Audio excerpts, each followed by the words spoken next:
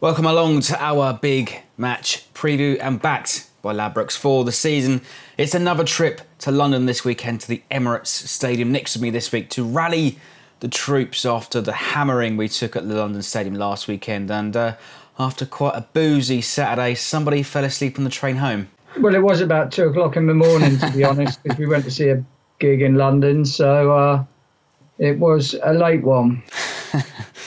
But before we get to the Emirates side, just a brief look back on Saturday, and you can also watch our video podcast we've done with the Southampton delivery for an extra look at it as well. But 3-0 to West Ham seemingly looks like it was the same mistakes and similar ways that we considered like we did against Newcastle. I mean, West Ham, they came straight out of the traps, ran at Saints, and we couldn't deal with it, and a few individual errors again leading to goals from players that, you know, we're looking at to rely on to give us a bit of hope. Yeah, I mean, I think the mistake was everyone was crying out for two up front, etc. And this wasn't the game to play it. I said that in the build-up.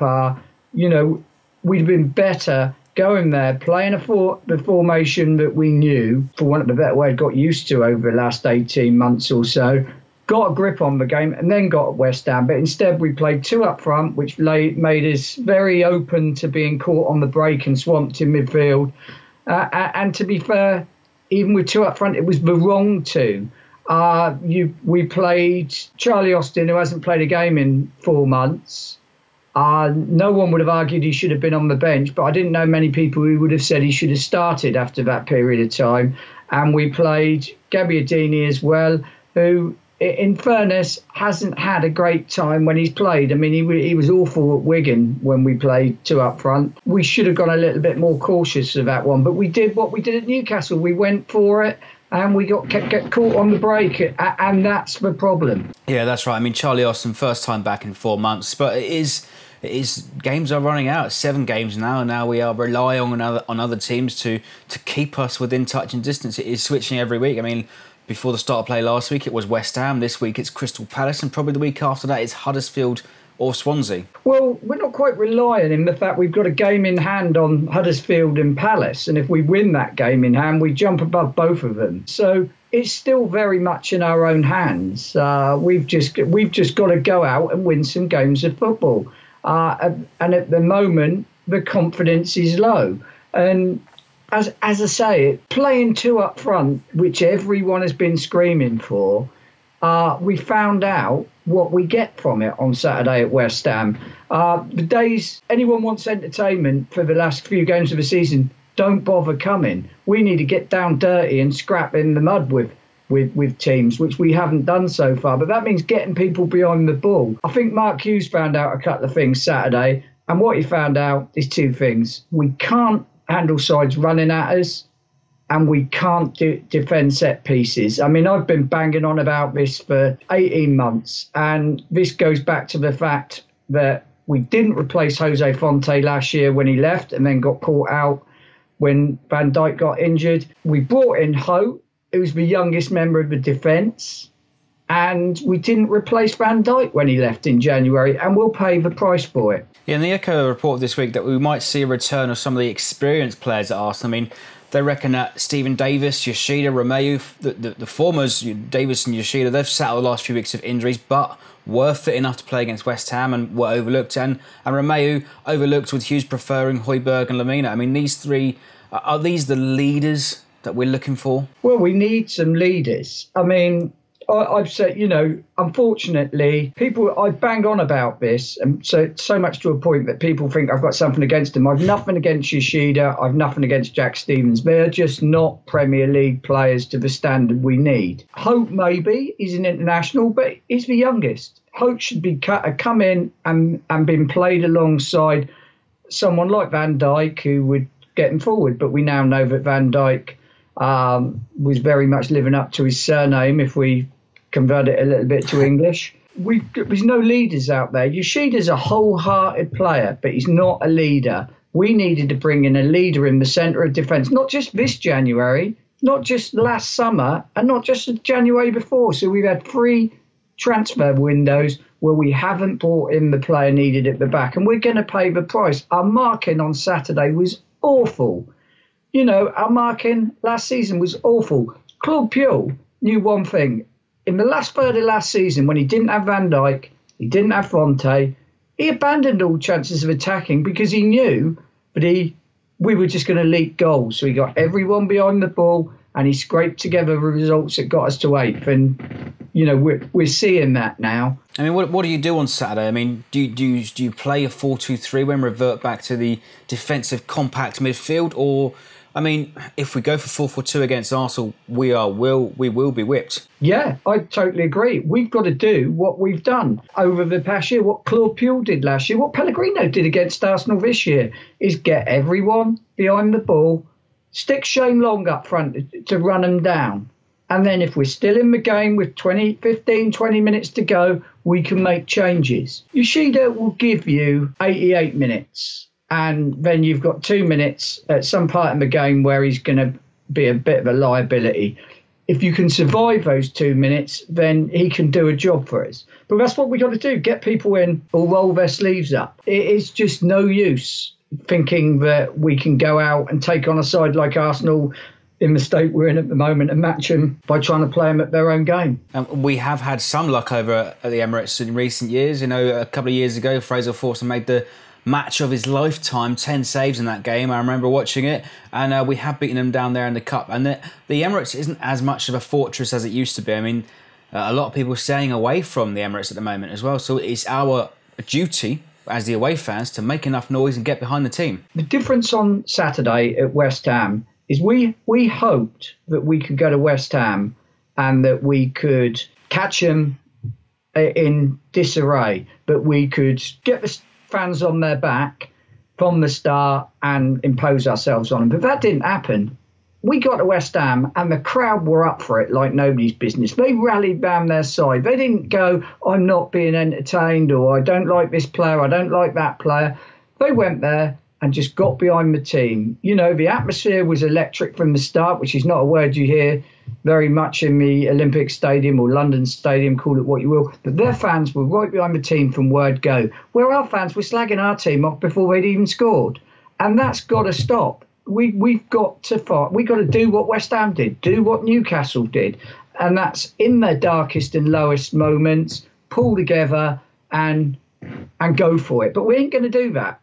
As you say, our fans weren't up for it at West Ham. We need to be up for it at Arsenal. Yeah, and it is the fixtures, as I say, they are running out. And we have to take a win, or at least something, from one of these bigger teams. We've got to play Arsenal, we've got to play Chelsea twice, obviously, including the FA Cup. That could be a respite for a lot of players. And we've got to play Man City on the last day. Man City on the last day, you'd hope would be on the beach. It's not going to be an easy run in, but there's enough games there that are winnable against teams that are down there. There's no reason why we shouldn't get results at places like Swansea and Leicester and even Everton, 3 teams that iffy at times. That Bournemouth at home, the games are there to still be won. I mean, we're in this position for our own fault. Everyone has to take a little bit of fault for it. I don't believe, as I always said, that the club is rotten to the core just before we're leaving games, but mistakes have been made.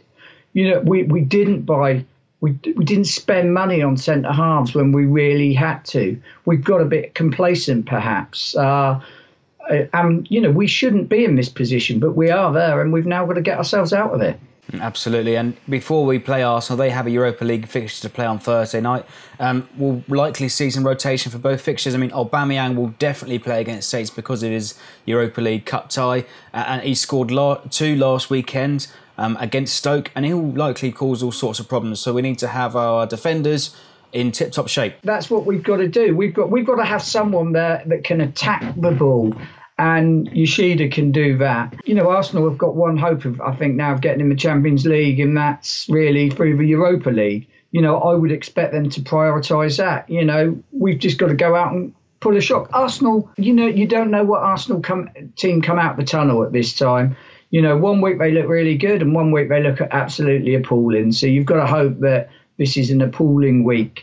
And we've got to do, Arsenal at home was a game where Pellegrino didn't impose himself, and if he had, we'd be 2 points better off and the league would look a little bit better.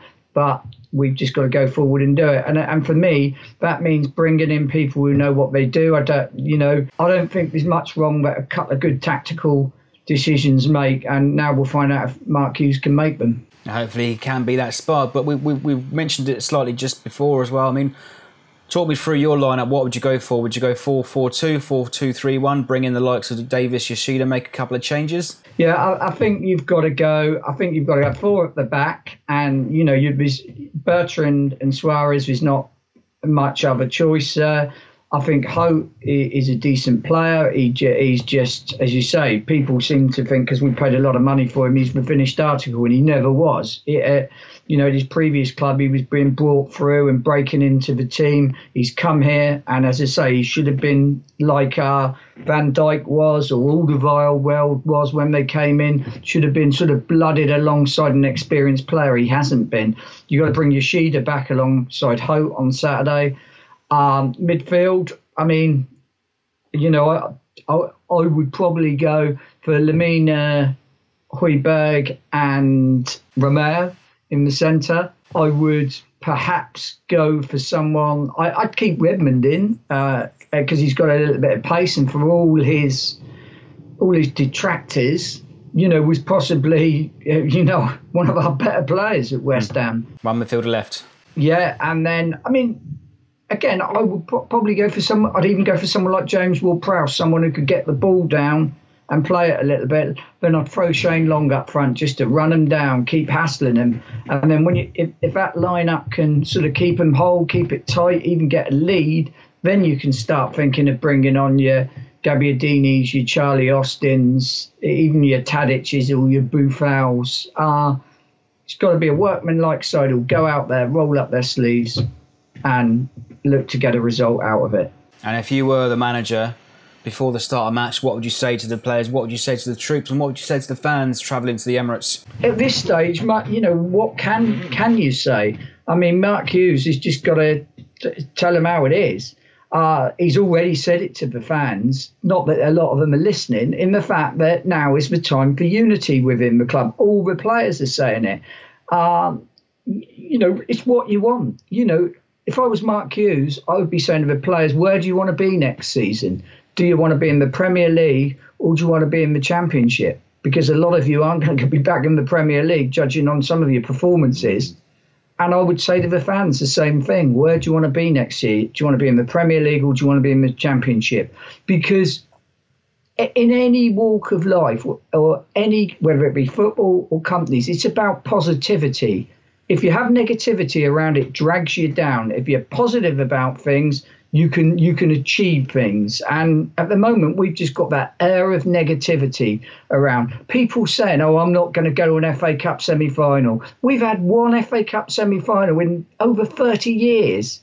Yet people going, I'm not going. So I'm not. The negativity that's surrounding this club at the moment has got to be banished. How could someone, for most people who haven't even been to an FA Cup semi-final to watch Saints in their lifetime, to say, I'm not going to go to one because I don't like Nathan Redmond, which is what I'm hearing and seeing. And I'm afraid that is the truth. People won't like me saying it, and they'll have all those excuses out. But the time is to roll up your sleeves and say, yeah, this club have given us some good times over the last 4 years. Now we've got to get back behind them and make sure that we can keep having those good times. But it's about positivity, and that's what Mark Hughes would be trying to say. But positivity all around the club. You've got to have positivity in the dressing room. And as West Ham showed on Saturday, you've got to have positivity in the stands. Unification, that's what we need, mate. But go ahead and leave us your predictions for our trip to the Arsenal, the Emirates Stadium. Surely we need to take a point from here to leave us any sort of hope. Big thanks as always, Nick. Yeah, I mean, as I say, I think it's good. I think we can get a draw out of it. I'd like to predict a win, but I just can't see it at the moment. Yeah, difficult times, but go ahead and leave us your predictions. How are you feeling travelling to the Emirates Stadium on Sunday afternoon?